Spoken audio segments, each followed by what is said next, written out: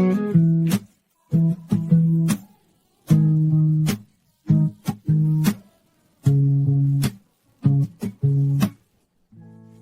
everyone, welcome to another episode of Returning to Our Roots, Connecting Families. In today's video, I bring you the story of Maria Aparecida Barbosa, who is searching for a brother who has been missing since 1967. At the time, her brother was only 6 months old and was admitted to the Children's Hospital of Vitória in Espírito Santo with a congenital problem in the roof of his mouth. He was recovering well, and the doctors even called his mother, asking her to bring clothes to pick him up. But when she arrived at the hospital, the mother was told that the baby had died and had already been buried. Just another one of those cases, right folks? Yeah, it's really complicated. Yeah, at the Children's Hospital of Vitória, things are complicated. No death certificate, no body, no documents, and no idea where he was buried. Over time, many signs have emerged that this child may have been given to someone else. A doctor even asked to keep the baby, claiming she would take him to São Paulo for surgery. Today, Maria Aparecida is searching for answers. According to her, her brother was fair-skinned, had blue eyes, was bald, and had this problem with the roof of his mouth. And he was never officially registered. If you know someone with a similar story who grew up with doubts about their origins, or if you even identify with this description, please get in touch with us. This family's hope is still alive. Now let's let Maria Aparecida tell the story in more detail. Yes, my name is Maria Aparecida Barbosa. I am actually making this video right now to look for my brother. I really honestly want to know if he is alive or not, you know.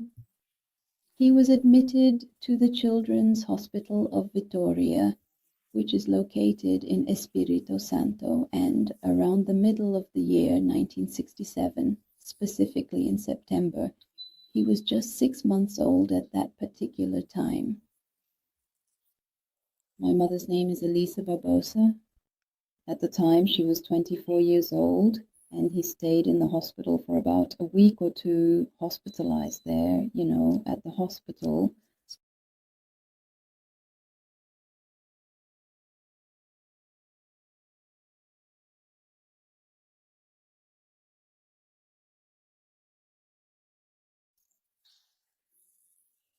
So he actually had a significant problem inside his mouth, you know. Specifically, it was what's called a cleft palate, which means there was an opening or gap in the roof of his mouth. That's what he was dealing with, right? It's a condition that can make things like eating and speaking much more difficult.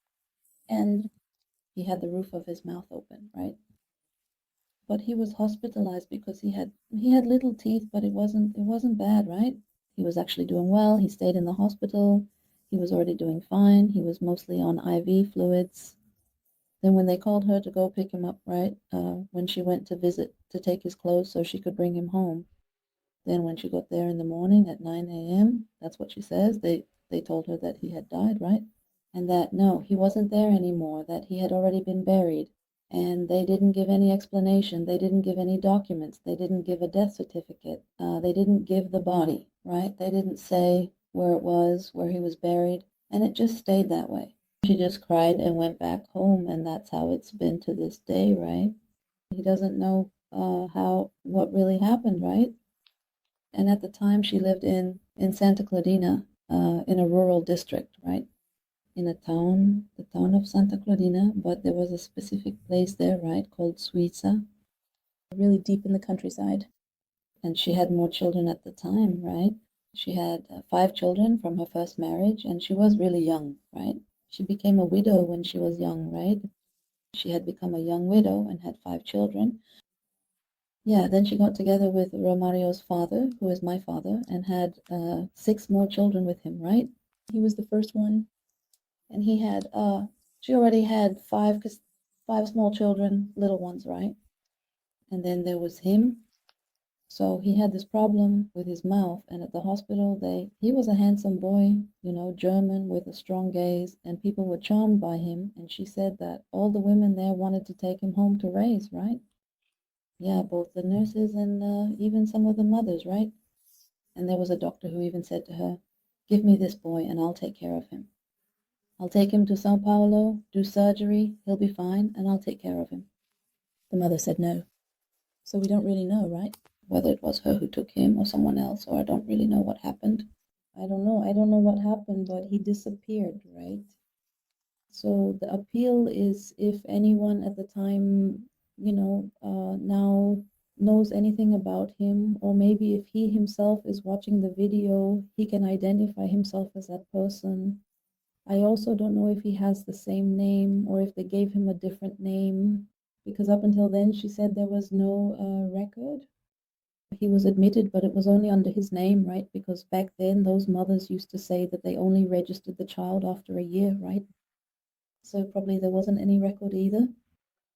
So I don't know what his name is now, if he had another name, but because of these characteristics, right? Yeah, white, very fair-skinned, that's what he was, blue-eyed, bald. And he had this problem with his mouth, right? He had this open palate. So that's it's a clue, right? Maybe it could be a way to awaken something if he's alive, and recognize him because of that, right? That's what I hope, that one day I might find him, right? Yeah, my mother won't be able to see him because she passed away a year and 6 months ago. She passed away and she died without knowing, what really happened. But as everything is determined by God, everything is God's will, it's just sadness. All that's left is to wait on the Lord to hear some news, someday. I don't know. But hopefully, we'll get this news, whether he lived, whether he's dead, or if he passed away later. We don't know. That's what I wanted to know. Well, folks, here's another video, right, about the case at the Vitória Children's Hospital. Another video, another similar case. Another coincidence, right? I don't believe it's a coincidence. For sure, this child was kidnapped. It just doesn't make sense, does it? Well, anyway, if you know of any case, okay, similar to Maria Aparecida's brother's case, maybe you're watching this video and you know that when you were a child, you only had a problem with your mouth, you're blonde, blue-eyed, you have fair skin. You have the characteristics that Maria Aparecida described. I'll leave the link in the video description, okay? And it will also be pinned in the first comment. Get in touch with us, okay? I'm sure you're out there. This video will reach you or someone who knows. You know the story for sure. By now he must be married, right? So if his wife is watching this video, will you all need to help spread this video by liking and sharing it, okay? Comment as well to help boost the video. Well, folks, that's it. That's the video. I hope that Maria Tercisa finds her brother again. I hope that someone who knows him or he himself is watching this video and gets in touch with us, alright? So that's it, everyone. See you in the next video. Bye. Thank you.